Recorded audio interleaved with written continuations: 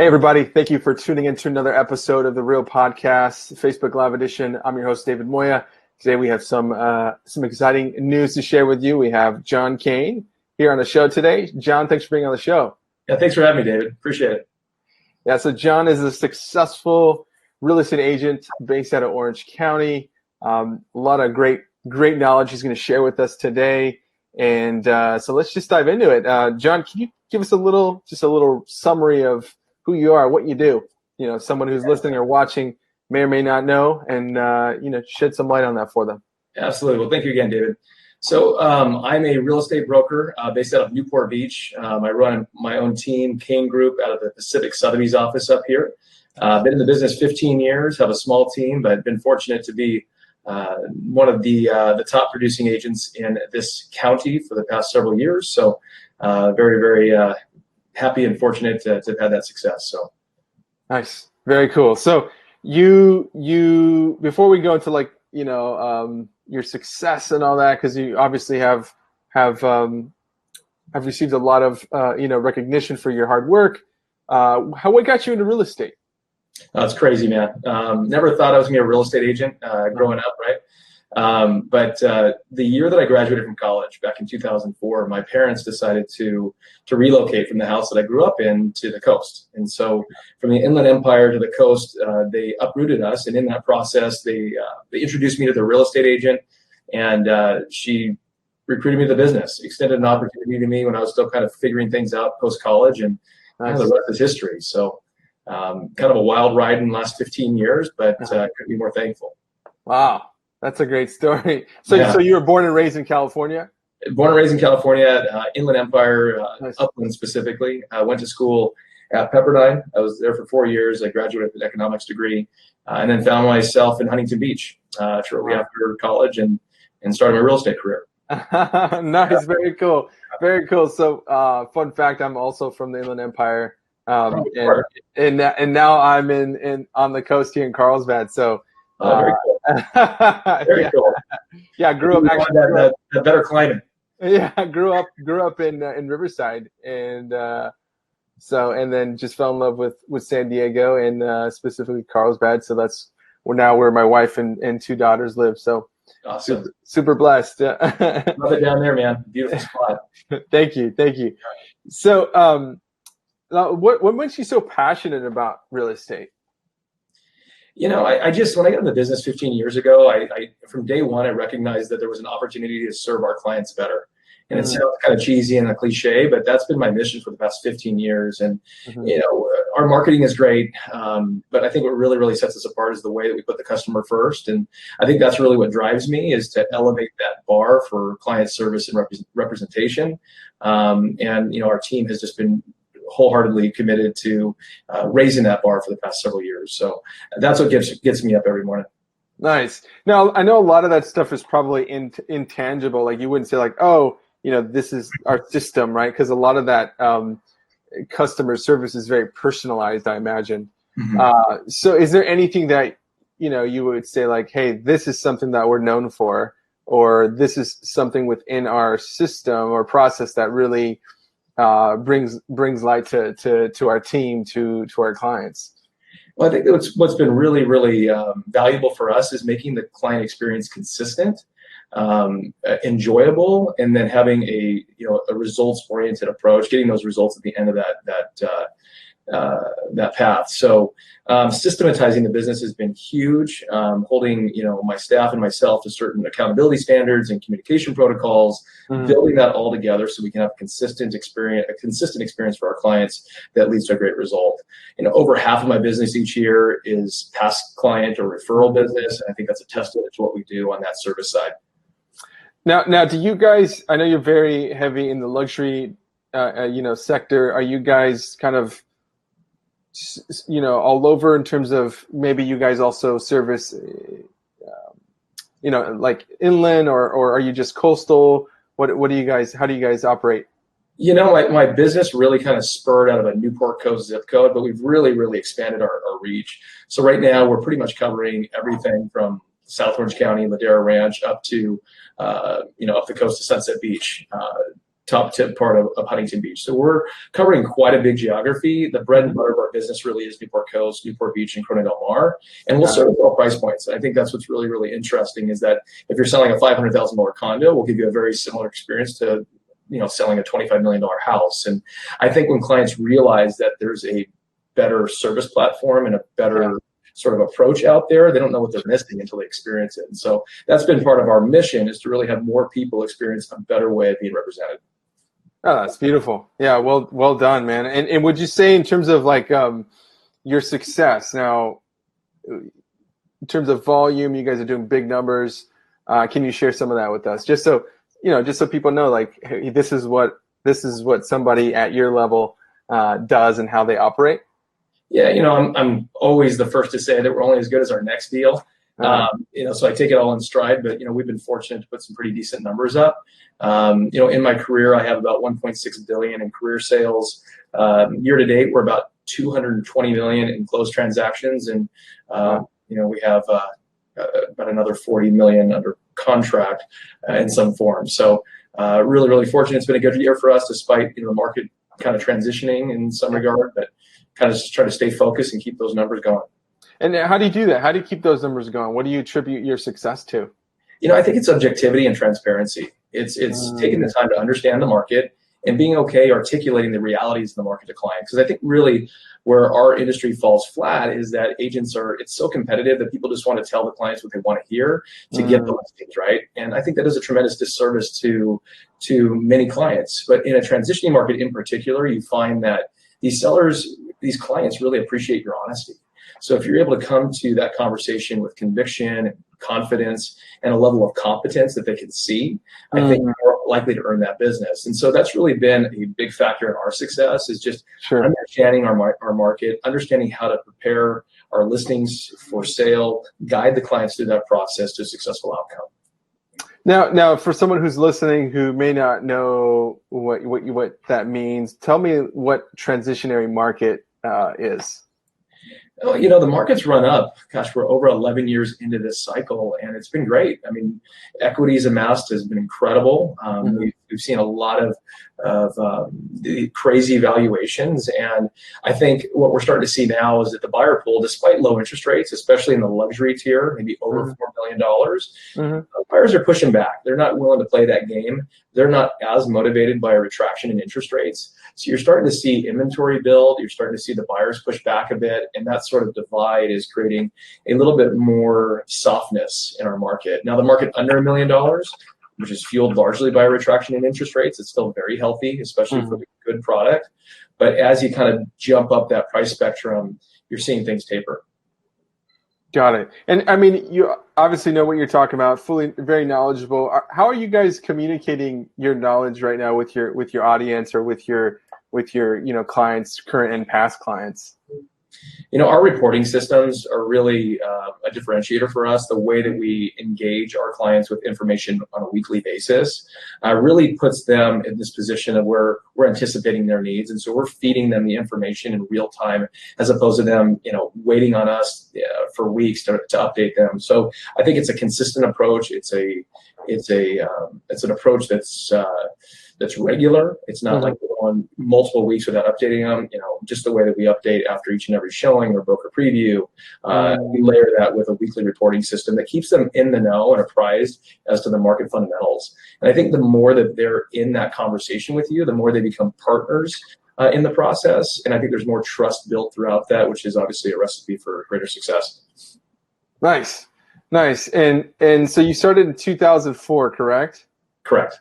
And you've won a couple of, or you've been acknowledged on a couple of different levels. I know that you were top real estate agent by OC Magazine, 30 Under 30, and you even were a guest on Bravo's $1 Million Listing, right?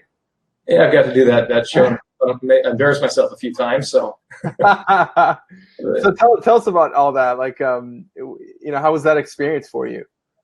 I think it's great to kind of shake it up a bit and have some fun. And television's always kind of interesting. It's not all as spontaneous as you might think, but it's fun to get out there. And those guys on the show are a riot. So that's always fun to kind of get out and display our listings that way. But I think really my I'm probably not enough drama for those shows, so that's probably why I haven't popped on every now and then. Yeah, they're like, who's this economist? Why is he? Yeah, Why is he on the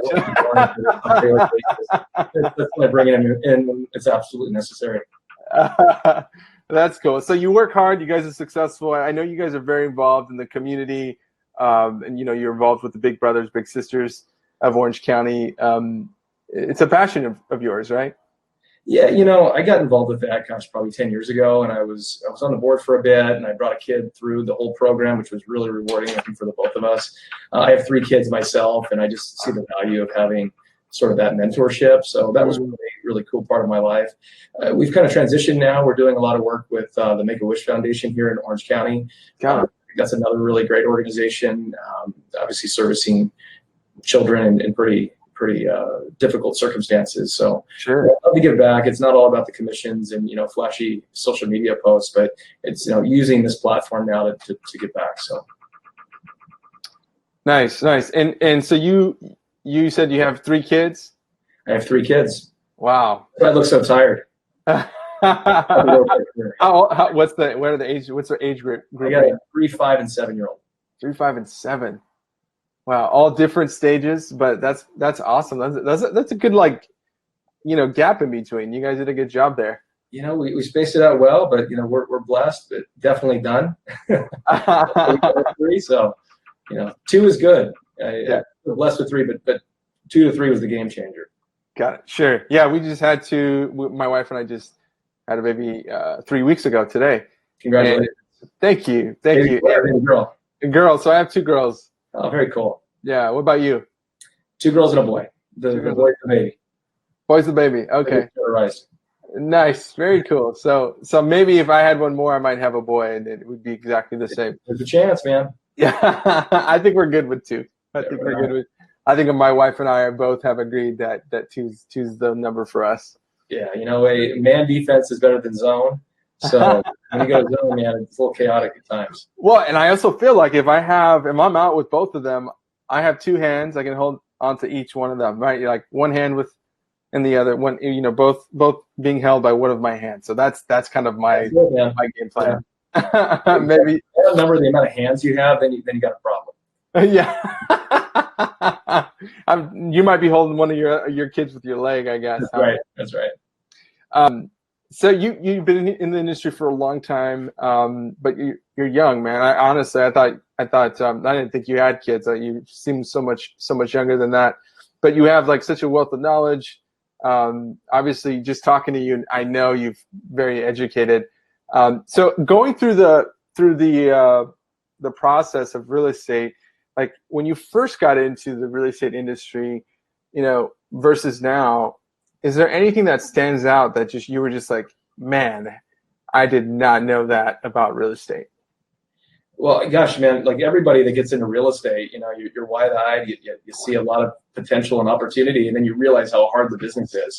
So I remember my first couple of years just, getting crushed, being terrible at open houses, not being not really being organized. I mean, sure, I didn't expect, but I think that's something that we all experience in this business. It's just, do you have the ability to persevere and do you have that mental toughness to get through it? So didn't see that one coming, but I was able to kind of get through that rough phase. Because at a certain point in time, if you're committed, to knowing your product, your market, you're treating clients right, you're treating your associates right out in the field, I think it snowballs, and you can have a big career doing this. Now, let's talk about that, your mindset, right? Your perseverance and really sticking to it, and your mindset, really. I mean, how are you, how did you do that? And how are you still doing it? Do you have a routine in the morning? What's kind of your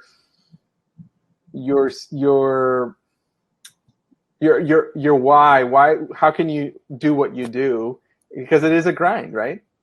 It's an absolute grind. I think we have one of the toughest jobs to do really, really well. There's obviously people that do it not so well and they can do fine for a period of time, but to do it with a level of consistency and sustainability is really difficult. And I think over the years, my why has changed.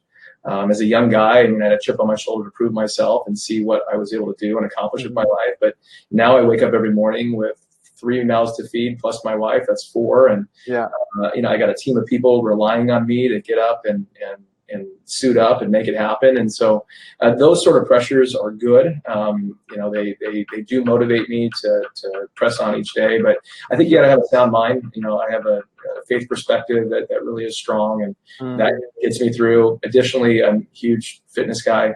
Starting my mornings with a workout, and all that stuff kind of together kind of prepares me for the battle that's coming that day. Yeah. And how did you deal with maybe doubting yourself or concern or worry when you were going through your initial stages of creating your group, your company, your brand, your name? My path has looked interesting. When I first got into business, the self-doubt associated with just not converting, not making any money. I mean, that to sacrifice every single weekend day, like for 2 years and not have much fruit, that gets to be a bummer. And so you go, man, what am I doing this for? I was fortunate. I got married young, and I have a great wife who has always been supportive, and she's walked this journey with me. And really, I have to say that, again, it sounds cliche, but her support and her encouragement and her affirmations have really kind of helped me persevere through the various stages of my career. And now I happen to be at a place where the stakes are as high as they've ever been. And so just surrounding myself with great support and people believe in me and that believe in the cause is critical. And obviously that translates into your team now. So let's talk about your team. How are you able to bring that same mindset over to your team, your current team? I run my team very different than most agents. I don't believe for me personally, it doesn't work to have just a whole bunch of people out there, throwing my name around.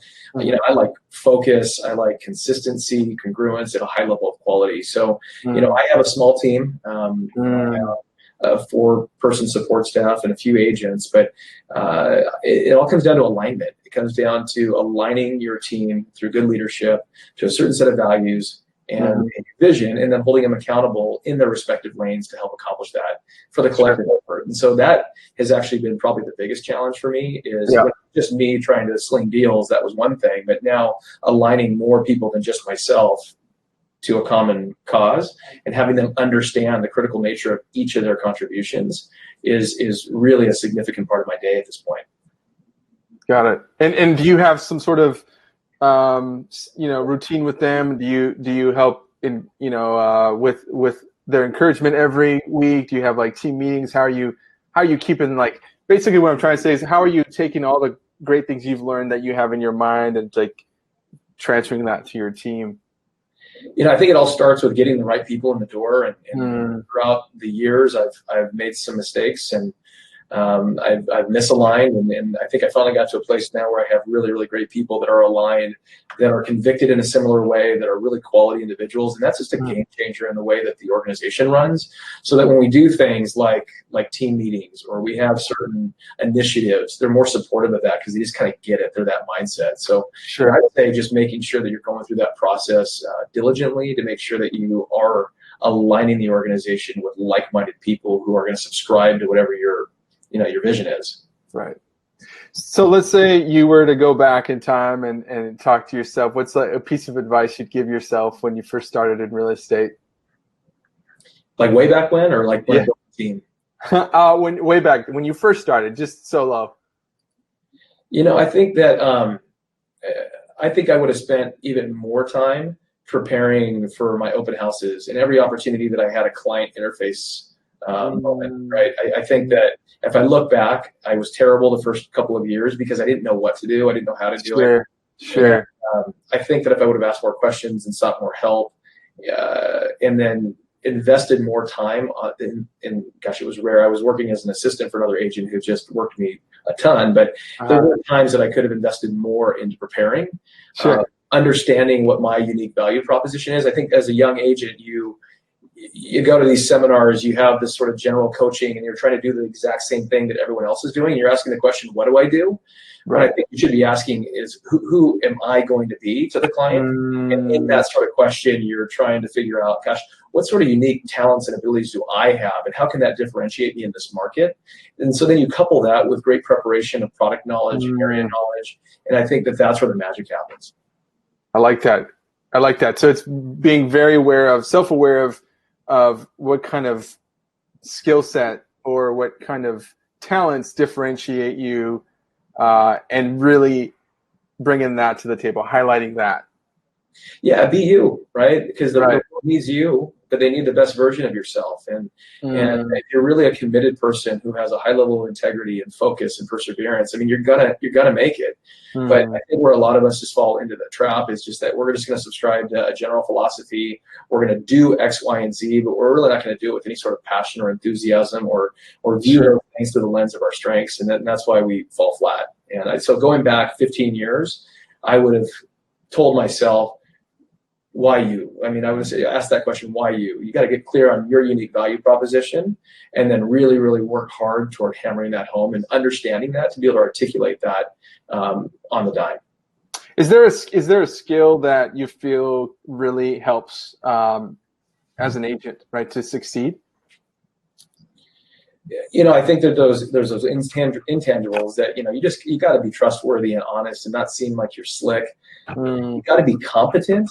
I think you really have to have an awareness of what's going on, all the other external factors that are influencing your client's success on a certain deal, right? You got to understand globally and domestically and even locally, what are the factors that are contributing to that sort of set of circumstances. It's one thing to say, hey, gosh, the market's soft or the market's hot right now, but being mm, able to interpret that data for your clients gives you a great level of authority going into some conversations. And that mm, was really my strength, is being able to, partially because of my economics background, partially just because I would take the time to just study things, is being an authoritative source. And that's really mm, when I started seeing more momentum pick up, was when I was really to be able to be more confident in front of clients and actually mhm. add value to their process. And Sure. right now, we're all in a very challenging time where the internet is a lot more prevalent than it was 15 years ago. So the consumers come in to meetings with us feeling that they're more informed. And the reality is most of the time they are, than the agents Mm, who are not spending the time to take that conversation to the next level. sure. Gosh. And so you guys come to the table fully educated, fully prepared, and ideally answering every question possible that the client has. Yeah, and, I'm fortunate because of the number of deals that I've seen. So part of the value I add to my clients is we'll have a theme each Monday morning where I'm introducing them to maybe a pain point in a deal or a concept, whether it be how to structure deals with seller financing. What are some of the high points of the current rent control bill. I mean, Mm, all of these things we have to know because we don't know who's walking through the door in an open house. And to the extent that we have some answers to that stuff and some authority, we're sure. going to earn their trust easier. So I think it really, really is beneficial for folks to actually expand their knowledge of possibility within this business, because they'll be more valuable to more clients. Nice. And are you guys using video to communicate that with your audience? Yeah, we're doing property films, obviously, great 4K property films. Sometimes we'll tell stories and we'll bring in the actors and so forth. I see one that's on the screen right now is actually a really fun one. That was a listing that was on for a year with another broker in an area that at the time happened to be attracting a lot of folks from Asia. And Okay. so when I took the listing over, I go, look, we have to have a really, really focused effort. And I think that this is going to be a buyer from China. Mm-hmm. So when we developed the content for this video, the one a second ago with the champagne and so forth, when we casted it, we casted very, very specifically, but the essential characters were Asian characters, and there was some sort of symbolism throughout the video. Mm. What was really cool is we had 9 offers on that property, and 8 of them were from Chinese buyers. So we got the Wow. job done, and just the sort Yes. of thoughtfulness associated with that marketing program was really cool to see that sort of result. Sure. That's fantastic. Yeah, it's a great. I mean, it's great that you went really specific, and found such success with that. That's amazing. Yeah, I mean, sometimes you take a flyer and it doesn't work, but in that case, it did. But I think video is awesome, and I think that's really engaging right now. I think our challenge as agents is that how do we differentiate our videos? What do we do that's more compelling? And so everything right now that's going out there for the most part kind of looks the same. It's all cinematic with music and our names at the end. But what can we do within the context of video to really differentiate ourselves? And so I think that's a really interesting conversation that's going on right now. Yeah, and how are you guys using video besides that? Like, is your team, on social media, doing different short clips. Like, are you guys doing anything like that, or what are you seeing in terms of success regarding those tools?